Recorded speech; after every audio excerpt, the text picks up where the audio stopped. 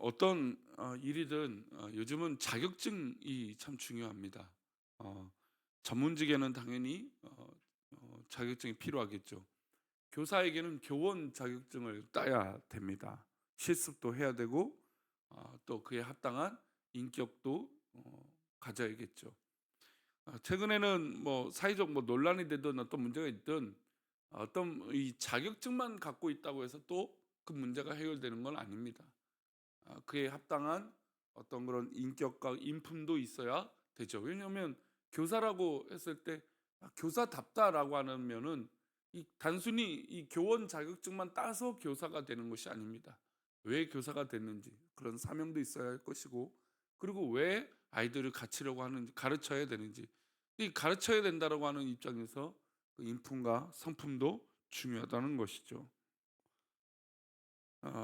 그런데 어느 누가 갑자기 교사 되는 게 너무 어렵다. 교사가 되기 어려우니까 이 과정을 좀 쉽게 해달라. 헌법 소원을 내서 이 대법원의 판단을 낸다고 해보겠습니다. 그러면 이 과정이 어렵다고 해서 이 헌법 소원에 허락이 되지 않겠죠. 당연히 그런 자격을 갖춘다는 것은 그런 과정과 협의가 필요하다는 것입니다. 그러니까 아무나 교사가 될 수 있는 것은 아니라는 것이죠. 직업의 현장에서도 자격이 필요한데 하나님께서 세우시는 대제사장, 오늘 본문은 이제 대제사장을 얘기하고 있는데 이 대제사장이 세우는데 엄격한 뭐가 있을까요? 기준이 있다라는 겁니다.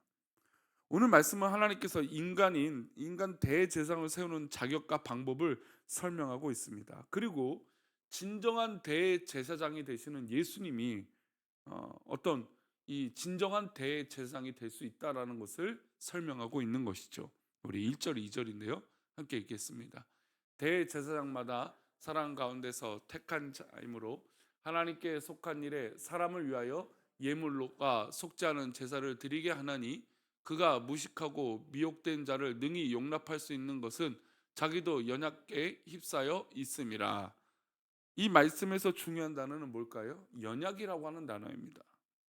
구약 율법에는 하나님께서 인간 제사장을 선택하신 기준이 있어요. 그 어떤 기준보다 중요한 것은 뭐 여러 가지 이유가 있겠지만 어떤 기준이 있겠지만 하나님께서 바라시는 건 연약함이라는 것이죠. 그리고 하나님은 그 연약한 인간을 택하셨다는 것이 중요합니다. 하나님께서 왜 연약한 인간을 택하셨을까요?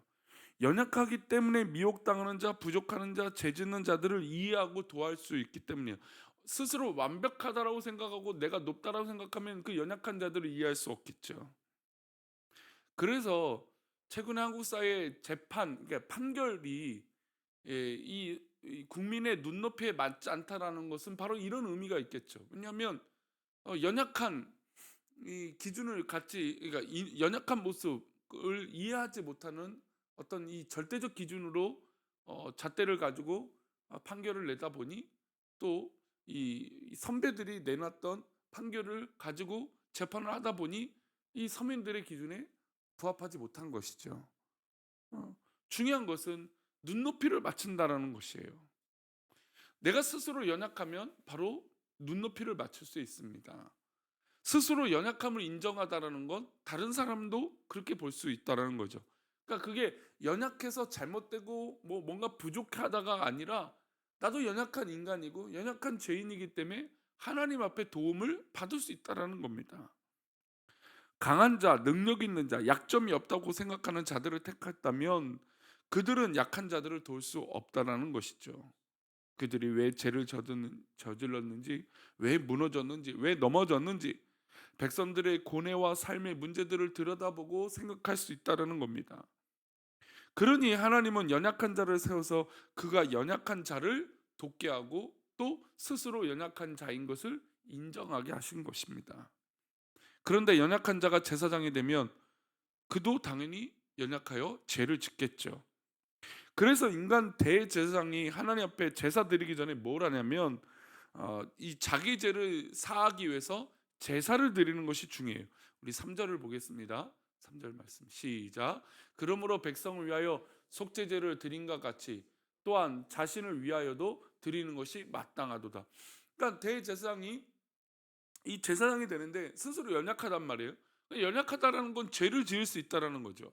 그리고 죄를 지은 것이고. 그러니까 죄를 지은 이 연약한 인간이 하나님 앞에 나아가기 위해서는 뭘 해야 됩니까? 제사를 드려야죠. 속건제, 속죄제를 드려야 됩니다. 나의 죄를 하나님 앞에 해결받아야겠죠. 스스로 나의 죄를 해결할 수 없으니 속죄제를 통하여 정결하게 되고 나서 하나님 앞에 나아가는 겁니다. 우리가 이 말씀을 통해서 어떻게 하나님 앞에 살아가야 하는지 깨달아야 됩니다. 목회자나 중직자들처럼 먼저 하나님 앞에 부르심 받은 자들은 자기 연약함을 인정해야 돼요. 내가 뭔가 뛰어나서 뭔가 잘나서 물론 열심히 있죠. 최선을 다하는 잘함은 분명히 있습니다. 그러나 하나님 앞에 내가 잘나서 선택받은 것이 아니라 하나님이 나를 택하셨기 때문에 된 것이죠. 연약한 자를 택했다는 이 선제 조건을 우리는 잊지 말아야 됩니다. 우리가 죄가 있는 존재이기 때문에 하나님 앞에 나아갈 때 무슨 예배를 드립니까? 속죄제를 드리는 것이죠. 하나님께 나아갈 때 회개하지 않고 가능한 목회가 있겠습니까? 목사라는 타이틀을 가지고 있다면 스스로 완벽한 이 환상을 깨뜨려야죠. 기름 부어 세움 받은 중직이 되면 직분만으로 완벽하다는 생각은 착각입니다. 우리 스스로 하나님 앞에서 자신의 죄를 돌아보고 깨끗하게 된 다음 하나님 앞에 나아가고 또 성도들을 도울 수 있는 것이죠. 대제사장이 기름 부음 받은 것은 자신이 원해서 된 것이 아니라 누가 주도적인 걸까요? 하나님이 주도적인 거예요. 즉 우리의 직분이나 우리가 사역하는 것과 우리가 봉사하는 것은 내가 열심히 하는 건 두 번째 문제예요. 가장 먼저 하나님 앞에 해결되는 것은 하나님이 나를 택하셨고 하나님이 나를 이끄셨다는 거예요. 4절 말씀 한번 볼까요? 4절입니다. 이 종기는 아무도 스스로 취하지 못하고 오직 아론과 같이 하나님의 부르심을 받은 자라야 할 것이니라. 즉 하나님 앞에 서 있는 자는 스스로 취하지 못한다는 겁니다. 오직 아론 귀한 대제사장과 같이 하나님의 부르심을 받은 자라야 된다는 거예요. 하나님의 택함을 받고 하나님의 부르심을 받은 자라야 그 일들을 감당할 수 있다는 겁니다. 아까 서론에 교사는 그 직분과 자격증이 필요하다고 그랬어요. 즉 우리의 자격증, 우리가 하나님 앞에 쓰임 받는 자격은 하나님의 부르심이 먼저 있어야 되는 것이죠. 오늘 우리가 하나님 앞에 부름 받은 것은 하나님이 불러 주셨다는 것을 잊지 말아야 됩니다. 내가 원해서 된 것이라면 하기 싫으면 그만둬도 됩니다.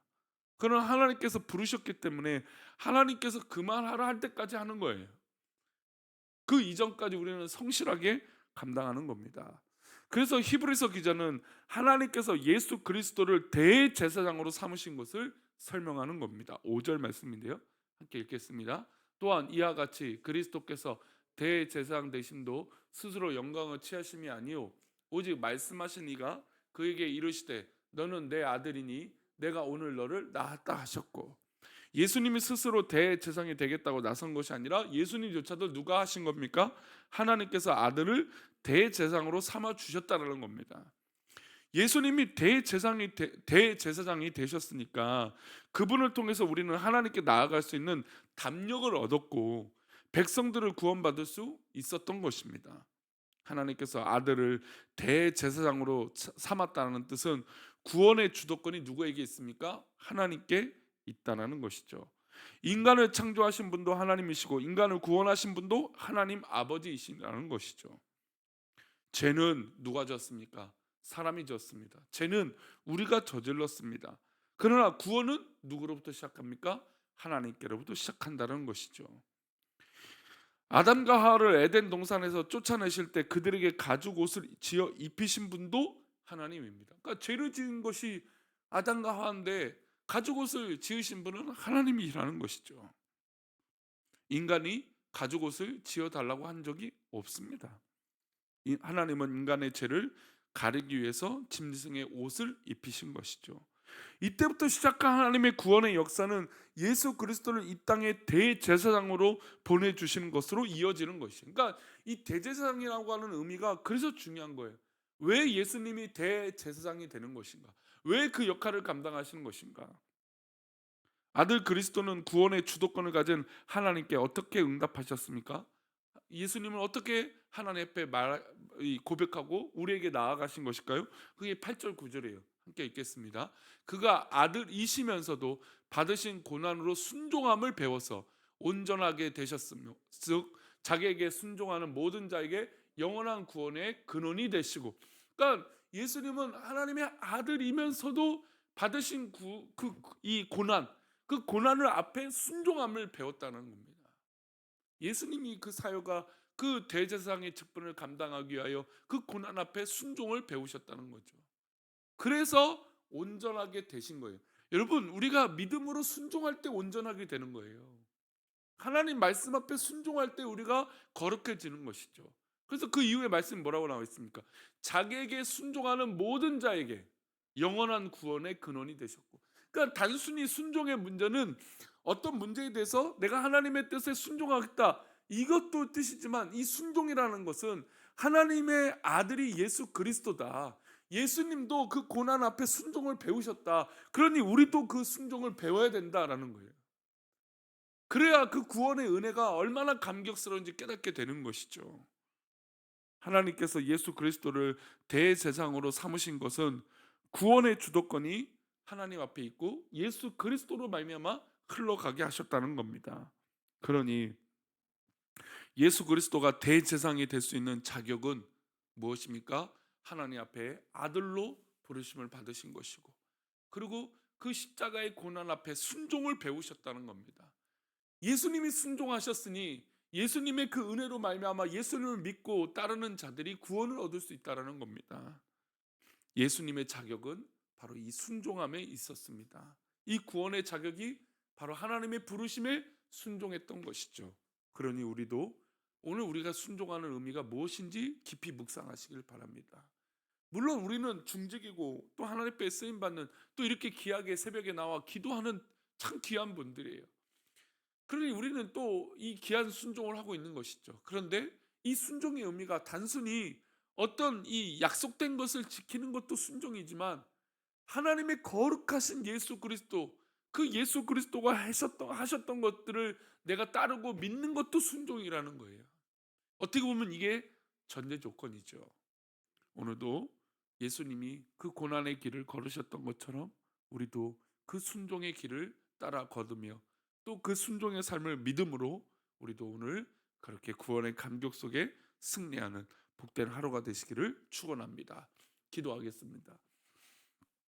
하나님 아버지, 우리가 오늘 하루를 살아갈 때 우리에게 주어진 이 하루의 의미를 하나님 내 뜻이 아니라 하나님의 뜻인 것을 믿게 하여 주시고, 나에게 주어진 모든 일들이 나로 인한 것이 아니라 하나님의 은혜로 된 것을 고백하게 하여 주옵소서.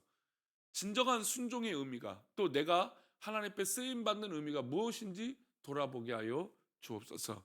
믿음의 백성들이, 구원의 백성들이 무엇을 쫓아 살아가야 될지 깊이 묵상하게 하여 주시고, 하나님의 선하시고 복된 은혜가 우리 가운데 있게 하여 주옵소서.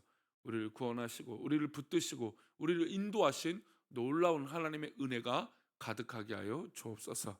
우리를 그렇게 오늘 하루도 승리케 하실 것을 믿사옵고 거룩하신 예수 그리스도 이름으로 기도 올려옵나이다. 아멘.